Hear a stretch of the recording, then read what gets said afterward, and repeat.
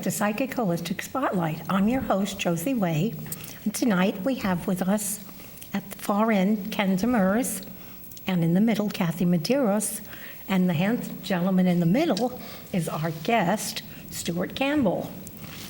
Now, he's a little bit of an enigma. He spent much of his lifetime in the military, protecting priests and other religious people. He's fascinated with history and is a student of history and teaching history. And he does NLP, which is neuro-linguistic programming. Correct. Tell us, how did you get started with NLP? Like I said, I was in the military for 20 years, retired. Went from there to Homeland Security, where I was working for Immigration and Customs Enforcement. After that, I did a stint in Canada for basically their TSA. And I was a criminal profiler and threat assessment specialist for an airport. I read people. Yeah, it's a little leap for... It's a little bit of a leap. But it was not that far off from what I'd done with Homeland Security as well. After that, I emigrated from Canada to Rhode Island. And my girlfriend at the time just said to me one weekend, I've started doing something called neuro-linguistic programming. And I just had the deer in the headlights look and said, what on earth is that? She took me to a seminar, and I was honest, really not really looking forward to it. Kind of had to drag me there. After about 15 minutes of listening to the instructors, I was hooked. I was fascinated because it's a psychology-based modality, but it does a lot of things in terms of identifying patterns of behavior. It will help you get past personal blockages. It will allow you to virtually change your life. And it uses, as you said, neuro-linguistic programming. Neuro, the psychology-based, the neurology of your mind. Linguistics, it basically means communication. Anything. And programming. And contrary to what you might think in programming, it doesn't mean you're being indoctrinated. No, you're not. What you are is you're reprogramming. But neuro-linguistic reprogram doesn't come out as smoothly as neuro-linguistic programming. So that's how I got into it. And from that point, I just took some courses. And for the last 2.5 years, I've been to Europe for training for that and for something called New Code Linguistic Strategies by a gentleman named David Behan, who's been a guest on your show. He's literally the gentleman who wrote the book on that. It's very similar to NLP. It has some derivative differences, if that's probably the best way I could say that, but it's along the same lines. Sherry described it as NLP on steroids. That's the perfect term. What can be done with NLP in perhaps 10 minutes, you can do in 60 seconds and less. It directly accesses the subconscious mind, is basically where NLP resides, if you will. There's conscious versus the subconscious, and it's always the one that's running the bus, driving the bus, if you will.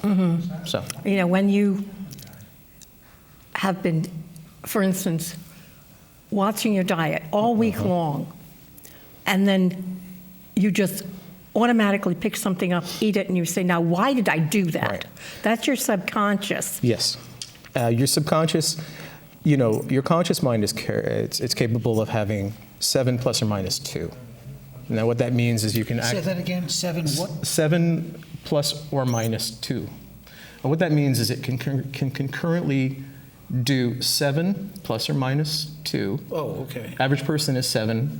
A below average learner, facilitator is 5 or 6 things at one time. Those are the programs that we run concurrently in our mind, things that we can do all at the same time. Even though we're not aware of it? Now there's the difference. What you just said is that subconscious mind versus the conscious mind. The subconscious mind is capable of running virtually almost infinite amounts of information and programs all at once. You're limited by your conscious mind being able to bring out this information, if you will, but everything is run, it's developed, it's resolved at the subconscious level. Even though we're sitting here on a certain level, we're aware of the people behind the cameras in the Right. showroom, control room. Right, like you've heard of hypnotic regression, of course. Yeah. Okay. When you walked into this room, you would have noticed everything subconsciously. Yeah. But recalling them consciously would require an effort that most people would not be able to do, like the camera crew, what shirt color they were wearing. Subconsciously, you could access that. There's a wellspring of information in each and every one of us that when you're able to bring that out, it's virtually unlimited. Why are some people so good at what they do? Why can one person say, I can remember everything about that? The Like people. a photographic memory type thing. Yes, an eidetic memory is, although people will say it's impossible in all of us, and I believe that to be true to some extent, certainly your memory can be improved dramatically, and especially through hypnosis and NLP as well. The neuro-linguistic programming can help you access your subconscious. And certain professions have people that may be more highly skilled, but they're trained. For instance, your police Yeah. are trained, Yes. and the military Yes. are trained to be good observers. Yes, it's called situational awareness. And it's one of the things that the military and law enforcement teaches. When you go to the airport and you see all the TSA personnel, you see literally hundreds of them at like Logan Airport. You'll see 6 or 7 lines open, and dozens, if not 100 people in uniforms.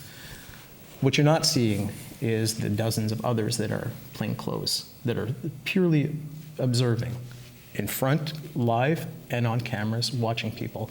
They're looking for patterns of behavior. Now, that's an extreme case.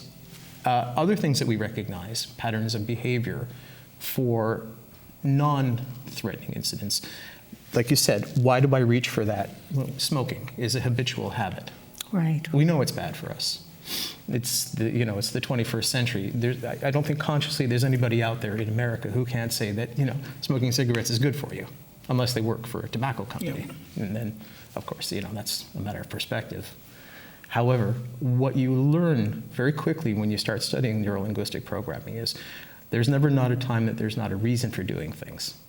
And that type of speech pattern that I just related to you is called a double-bind negative. That directly accesses your subconscious mind. It doesn't make sense consciously. There's a lot of linguistic patterns that we do in both NCLS and NLP. If we have half a dozen little kids, and we can train some of them from an early age to be really good observers, and some of them to not pay attention to anything. Well, I'm glad you brought that up because I think we're 27th in math in the world, or 35th. We're not doing very well. The Finnish are doing wonderfully, apparently. Right, and that's exactly where I was going with this. Finnish. The Finnish, they use NLP in their preschool. They use neuro-linguistic programming to identify, and it could also be Gardner, who was a psychologist. It's called multiple intelligence theory, but it's basically the same principle. It's a style of how you learn. Are you a tactile learner? Are you a visual spatial? Are you auditory? Yeah, everybody's different.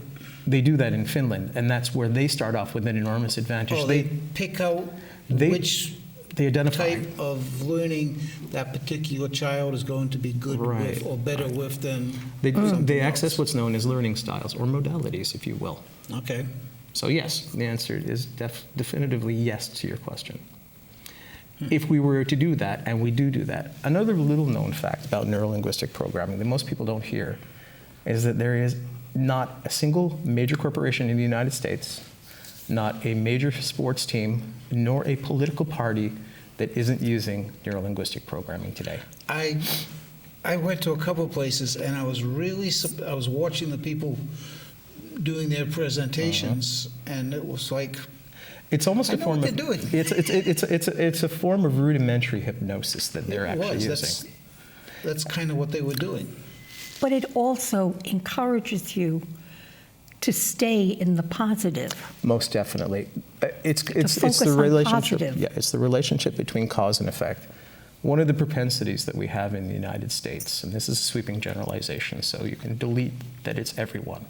But one of the propensities that we do have is we take the effect in America and we make it the cause, instead of seeing the cause and understanding the effect. Wait a minute. Say that again. You take the effect in America. You see the effect and you make it the cause. Americans are heavy because they eat too much food. Well, that's definitely cause and effect. But the reason is, what is the reason for them overeating. Have they been, Ads. right, subliminal suggestion. They've been programmed to have a habitual pattern incorporated into them. Too easy a life, actually. To an easier life. But I mean, there are other reasons. There are a lot of reasons. Right.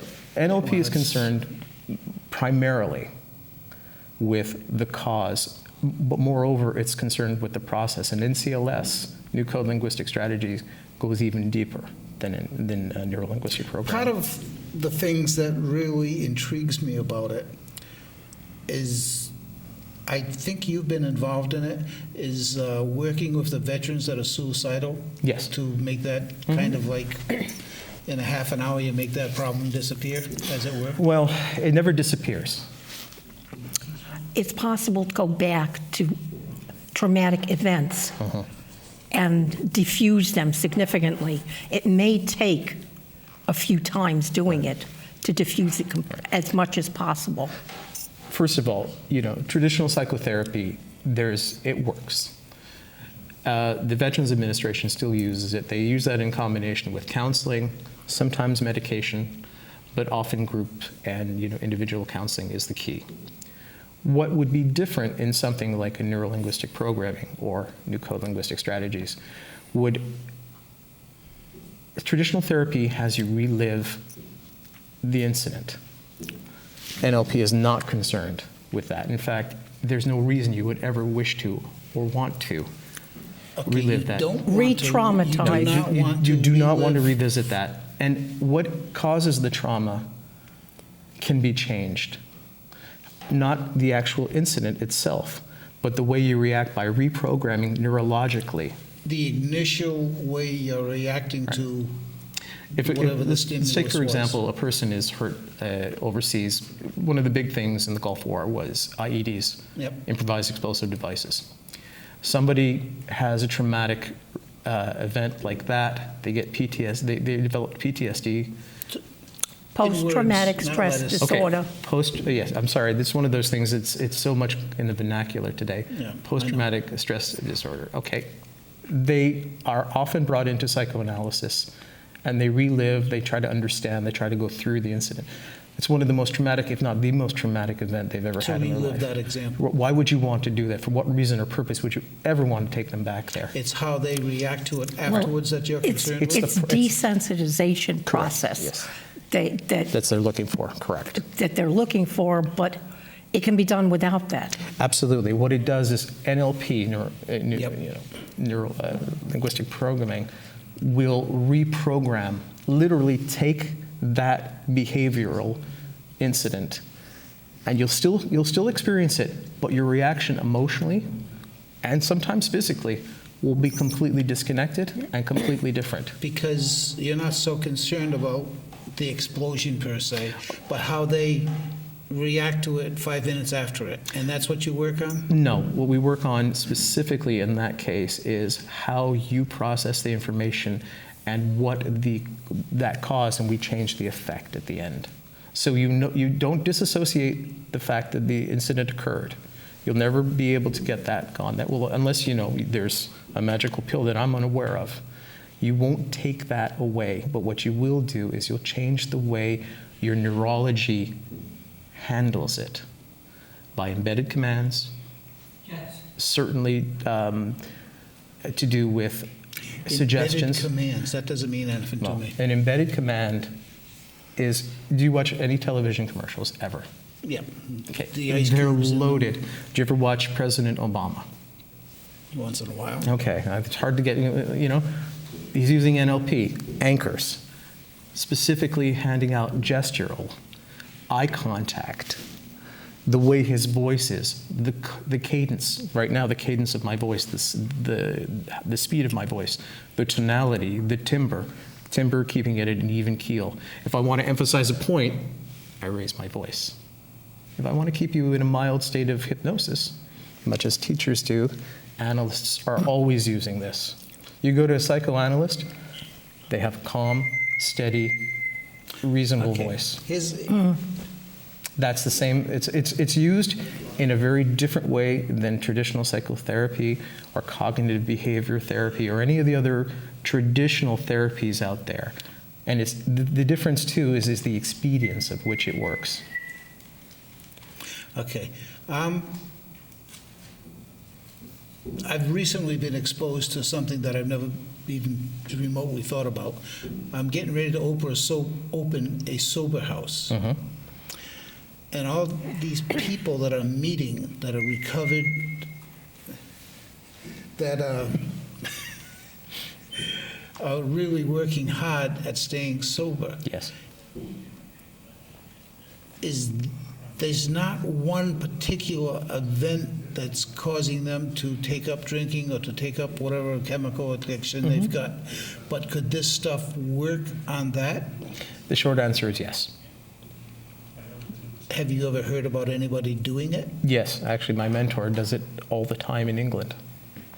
He works with alcoholics, drug addicts, substance abuse, people who are hooked on things like sex, people who have. I didn't know that was bad. Well, it can be. Oh, Too much of anything is a bad thing. okay. So he works with all of those and has amazing results. And what really it comes down to, the difference between this and traditional psychotherapy is, like I said before, it's the You get speed. results? Does he get results? No, I said you get results. You get results. You get results immediately. Yeah, much faster. Yeah, that's so much to the point where the people I work with, I'm a relationship guide for what I do, and with mostly married couples. Oh, okay. And that's even more challenging It because is. you're dealing with Right. fixing, so to speak, not fixing. Well, there's no fixing. But Right. Readjusting. balancing Trying to blend. two different. Well, what you're doing is you're looking to put Energies. them in common perspective. That's the first thing. Realize that they're always, if they're there in front of you, unless one has been physically coerced to come, and that happens sometimes, they're always looking to resolve their own issues. And I don't fix your marriage. I don't fix your relationship. I resolve it with you. And marriage or relationship resolution is very different from marriage counseling. It's first and foremost, it's not an ongoing process for years and years. It's 10 times. First, you meet with the couple together, the first meeting. This is what your normal procedure This is what my normal procedure is. It's a 10-step thing, like a 12-step, if you will, for the alcoholics. Some people like me, you might need extra steps. Well, here's the thing. You get 10, a block of 10. First time the couple meets together, then then they have 4 sessions or 5 sessions, depending on the person. One usually takes a couple more than the other person, up to 9, and then the 10th session is back together again. What happens, and I won't go into detail, it's just they resolve their own issues. Everyone already has the answers to their issues, to their problems. There's never not a time that you don't. But even though they know what the answer is, if it's not a course of action that they choose to follow, then what happens? Well, they don't have a plan. Well, actually, they do have a plan. By not having a plan, that's their plan. You have a strategy this morning when you woke up, do you not? Sometimes. No, you always do. Well, let's ask you.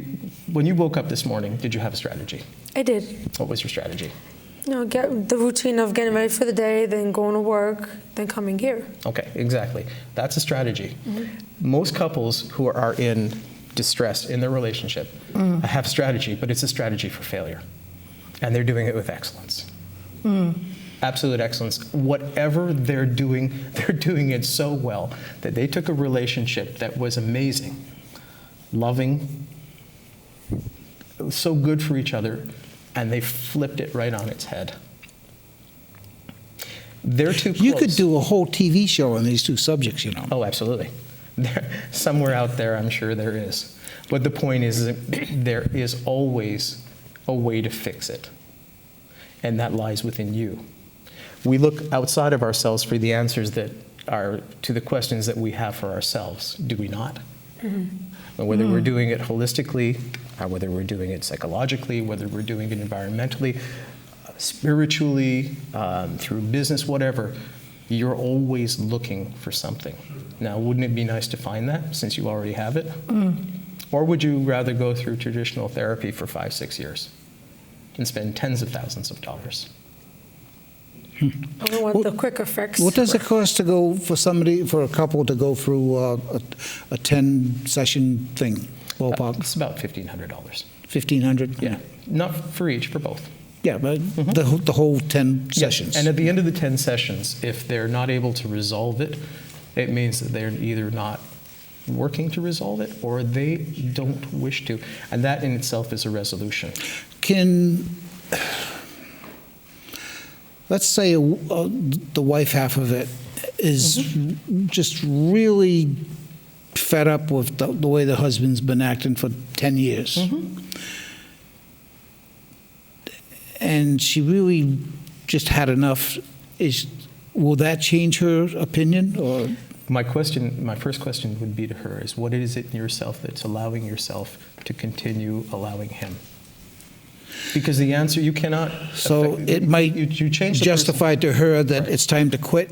No, what I would say is recognize that the person is not the behavior. And I'll repeat that. The person is not the behavior. My husband isn't the man I married. Well, no kidding. Who Everybody is? changes. Everybody changes. Change is the only, impermanence is the, as Buddha said, is the only permanence in this world. Change. It's the only thing to expect. Correct.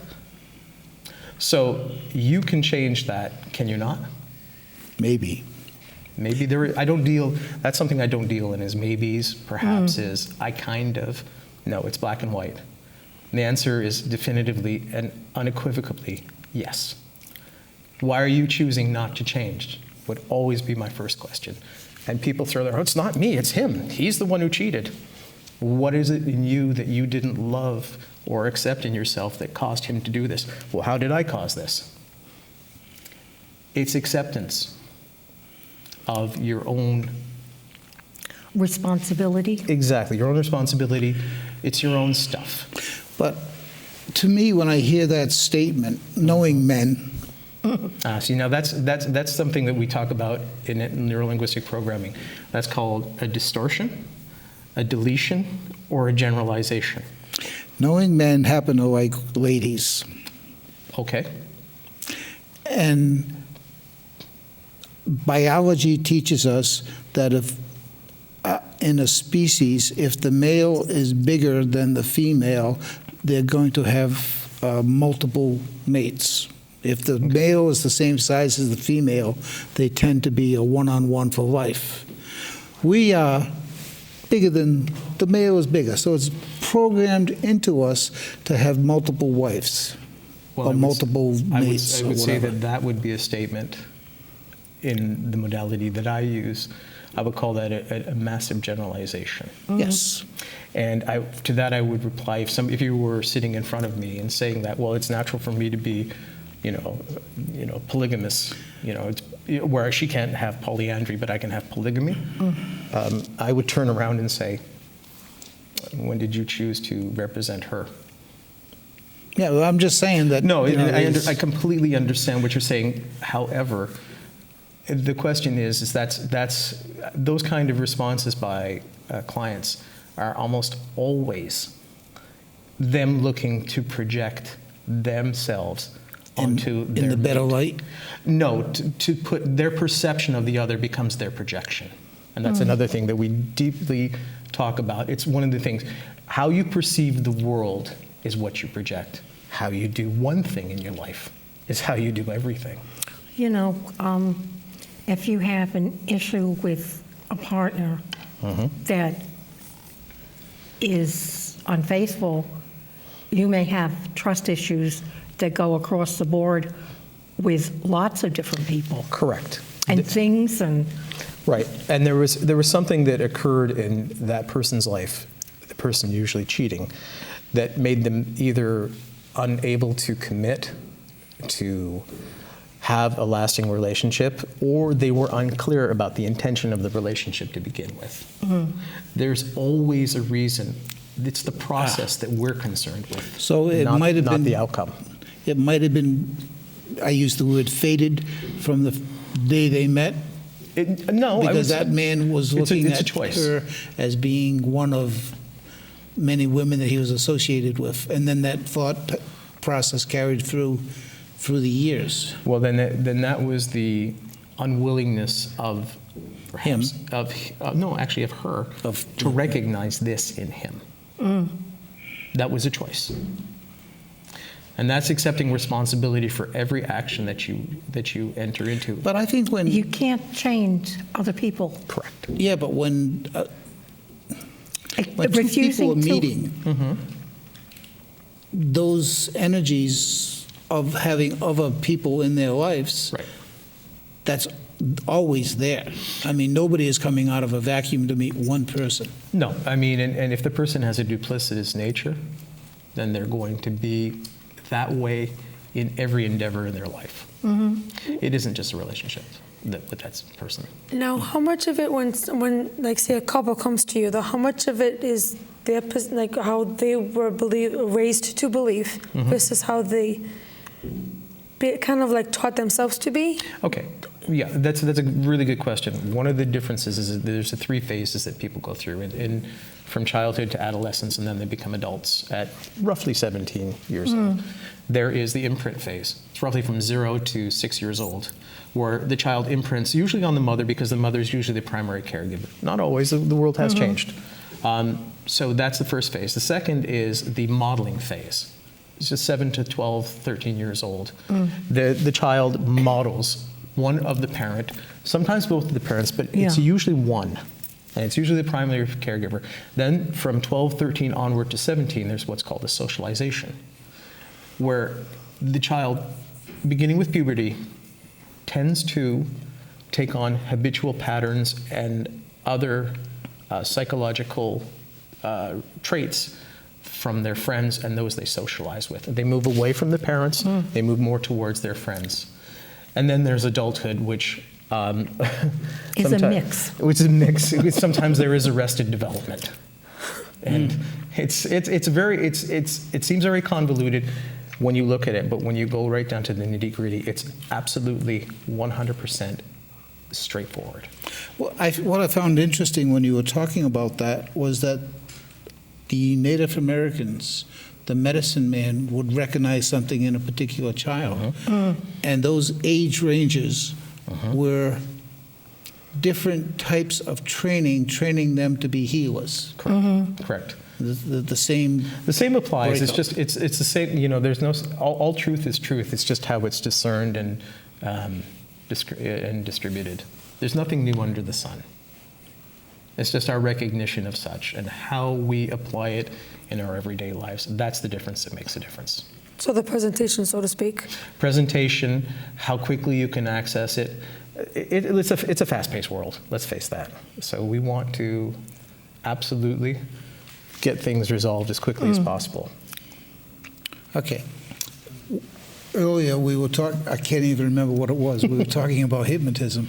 Right, very quickly, hypnotism, all hypnosis is self-hypnosis. We enter a learning state. Properly trained teachers at colleges in Rhode Island learn this in their first semester. How to, it's called setting the hook, and they teach it. Where to position materials, what type of a voice to use, what kind of a presence you have, using your hands or not using your hands. They're teaches how to teach using these Oh, absolutely. techniques. Okay. They're not calling it that, but what they are doing is essentially the same thing. To keep people's attention. Right. You know, you've got a very sophisticated student body out there today, often more worldly than the teachers themselves. How is all the computers, the kids, I hate to say it, but when I go visit my grandson, he's 12, 13 years old, he's very content to sit playing on his little handheld telephone or computer or whatever it is. Well, they're accessing something in his own Game. interest. Those are specifically designed to How hold your is attention. that affecting That's the a whole. subconscious? That's a whole other show, Yeah. Ken. Yeah. I mean, to me, it can't be a good It- thing.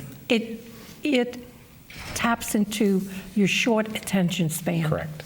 Correct. And it keeps hitting you, just like It helps people to have a Muppets. short attention span. it keeps hitting your short attention span, so you stay interested in the whole thing. Billy is telling us to wrap up because it's Yeah. time to go home. You want to say goodbye to people?